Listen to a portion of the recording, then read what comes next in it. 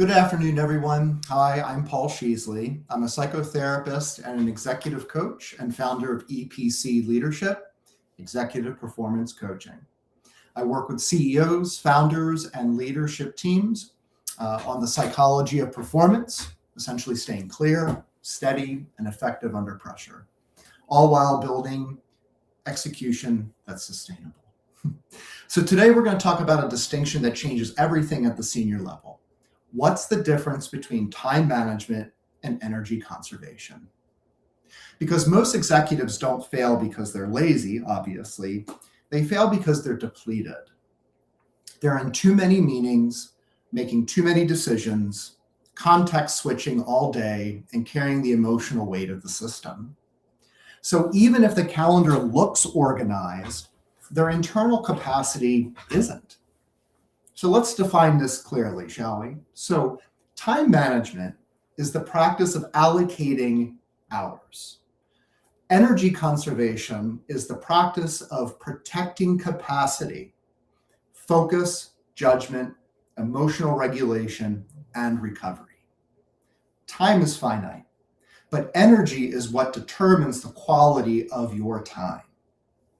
So for those listening, I want to start with a prime question. So before you optimize your schedule, ask yourself, what is the highest value use of my energy, not just my time? Because executives aren't paid for activity, they're paid for judgment, prioritization, decision-making, messaging, and stabilizing systems under pressure. So if your energy is off, your decisions get noisy, your communication gets reactive, and your leadership presence weakens, no matter how efficient your calendar looks. So why does this matter to the people around you? This matters because people do better with clarity, purpose, and consistency. And your energy is contagious as a leader. When your energy is depleted, teams are going to experience inconsistent priorities, more urgency and less clarity, sharper tone, delayed decisions, over control, loops like we'll revisit this later. So energy conservation isn't selfish. It's technically leadership hygiene, and it protects the system, your system. So the big difference, time is external, energy is internal. So here's a clean distinction. Time management asks, how do I fit more into my week? Energy conservation asks, how do I protect the capacity that makes my leadership effective? Time management is a logistics strategy. Energy conservation is a performance strategy. And at executive levels, the performance constraint is rarely time. It's cognitive load and emotional load. So the executive energy drains nobody talks about, right? So executives lose energy in some predictable ways. So I mentioned earlier context switching. So going from board level strategy to HR conflicts, to budget reviews, to crisis response, back to back. Decision saturation. Even small decisions start to stack up and judgment quality can drop. Emotional labor, holding uncertainty, absorbing anxiety, staying composed, being the stabilizer. Political friction, navigating misalignment, hidden vetoes, and conversations that require precision. And of course, open loops, these unfinished decisions, the unclear owners, the vague timelines. Essentially, your brain stays on all night. Time management tools don't solve these issues. Energy strategy does. So, the three kinds of executive energy to talk about, and essentially what protects each. So the first one is cognitive energy, right? That's your clear thinking. That's protected by fewer context switches, no meeting focus blocks, decision filters, like what only I can decide, and pre-reads and decision memos, as an example. The second one is emotional energy. So that's regulation under pressure, and that's protected by boundaries around reactivity, fewer urgent interruptions, recovery rhythms, even if they're short ones, and not caring what others should own. And the third is social energy. So this is the influence and presence. And we're protecting that by choosing the right meetings, fewer performative updates, higher quality one-on-ones, and being present without being constantly available. This is why two executives with the same calendar can have totally different effectiveness. One is spent, one is stable.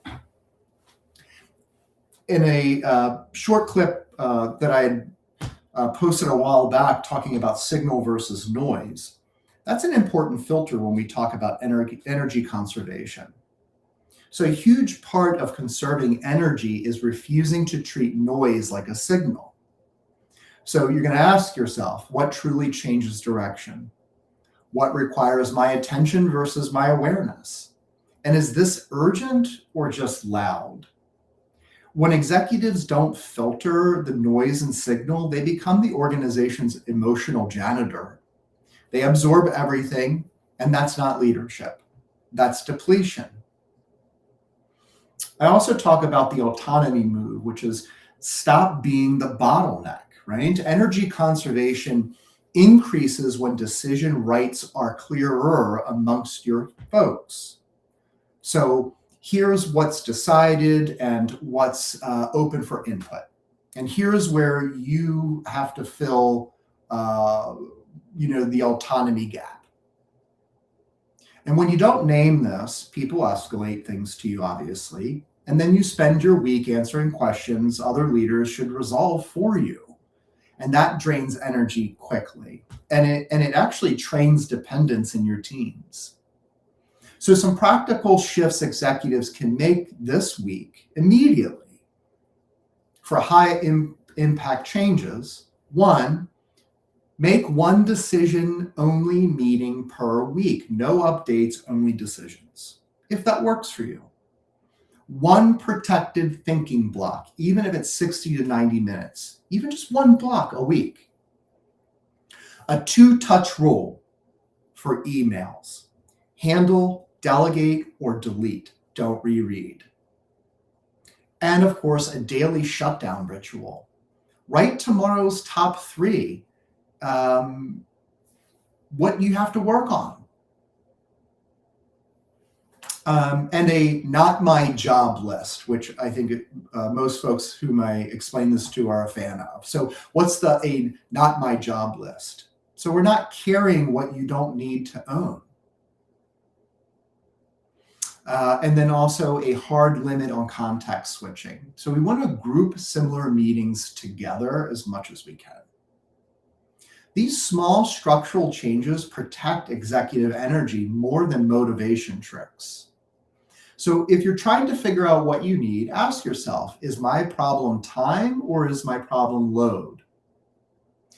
Time problem, the calendar is genuinely overfilled. And if it's a load problem, too many decisions, too much content switching, and too much emotional carry is probably happening. Most of the executives I encounter have a load problem.